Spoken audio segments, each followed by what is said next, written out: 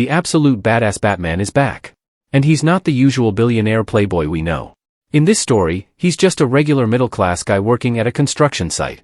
Cool, right? Oh, by the way, if you haven't watched part 1 of this story yet, go check it out first.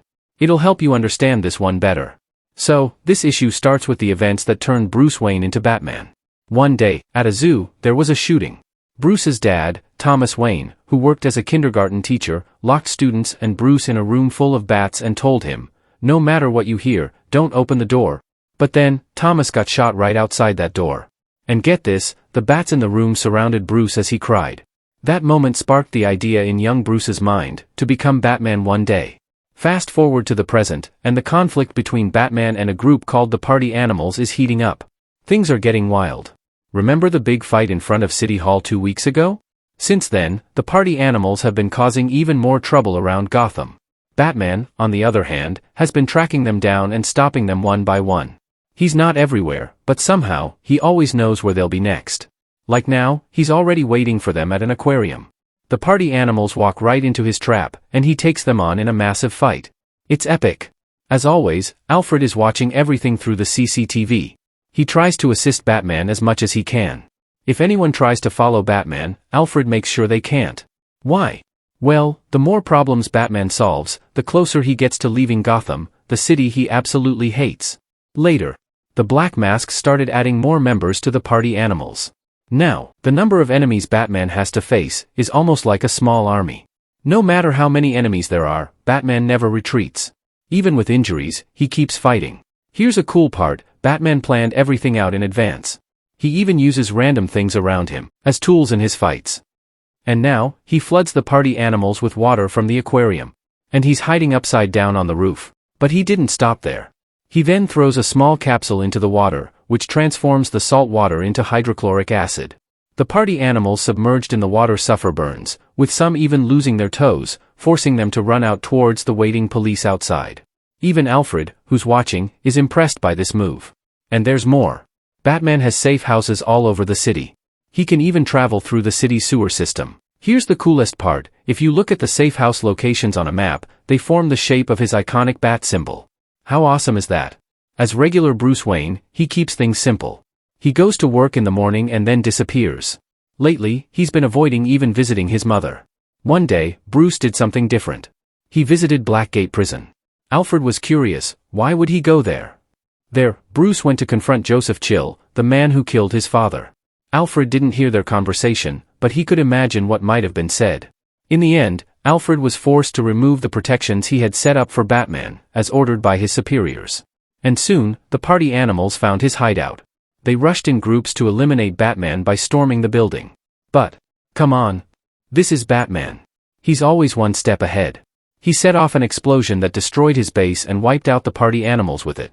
Then, he stood at a distance, watching as the burning remains of the building looked like Batman's face. Meanwhile, Jim Gordon was in the hospital, recovering from injuries he got during the City Hall shooting in the previous issue. And guess what? In this universe, he's not just a police commissioner, he's the mayor. Nearby, Commissioner Bullock and his daughter, Barbara, are with him. They were watching the news but had to leave abruptly, to respond to an attack by the Party Animals. Jim Gordon remained in the hospital with his old friend, Martha Wayne, Bruce's mother. Jim Gordon is now with tattoos, and a tougher appearance. According to his words, he was the one who found Bruce Wayne at the zoo. He said that he hasn't forgotten the day he found Bruce. He couldn't find Bruce until Bruce cried out. He also said that bats were covering Bruce, and he still remembers Bruce's voice to this day. Jim then asked, "How is he doing now?"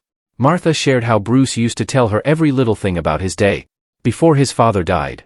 But after that, she felt like she didn't know him anymore. And here's a glimpse into Bruce's childhood. Martha comes to see Bruce in his room. Bruce is holding the trophy he won at a science fair. And he is crying. Outside, his friends are waiting and ask if he's coming out.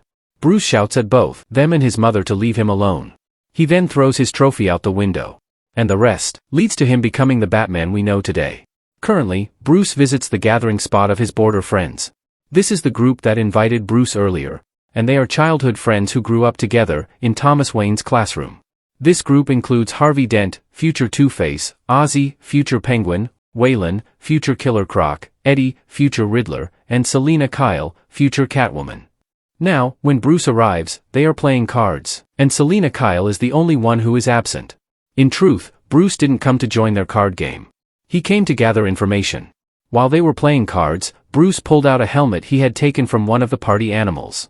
The helmet had wires, communication tools, and chips, clearly something high-tech. Bruce was able to decode some of these. That's why he knew in advance some of the party animals' attack locations. Bruce told his friends that he found the helmet at a construction site, and wanted to know if Penguin, Ozzy, was related to these. Riddler, the tech expert of the group, took the helmet to test. According to Ozzy, the leader of the party animals, Black Mask, is ruthless and kills anyone who tries to work with him. He also said that he had stopped trying to negotiate with him because of that. Bruce got a leak from Harvey, future Two-Face.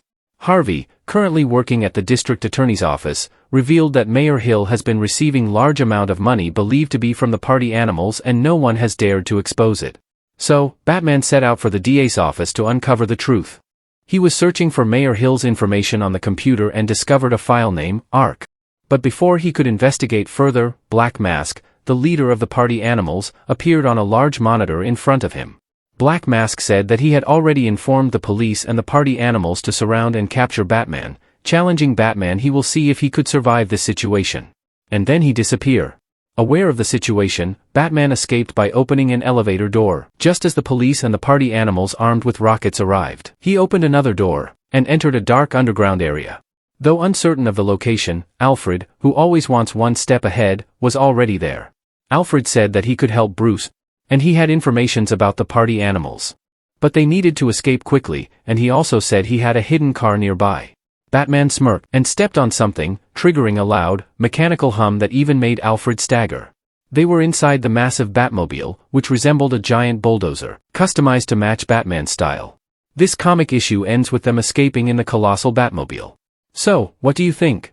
Do you like the increasingly brutal absolute Batman? Let me know your thoughts. A big thank you to everyone who watched until the end. I'll see you in the next video. Have a nice day.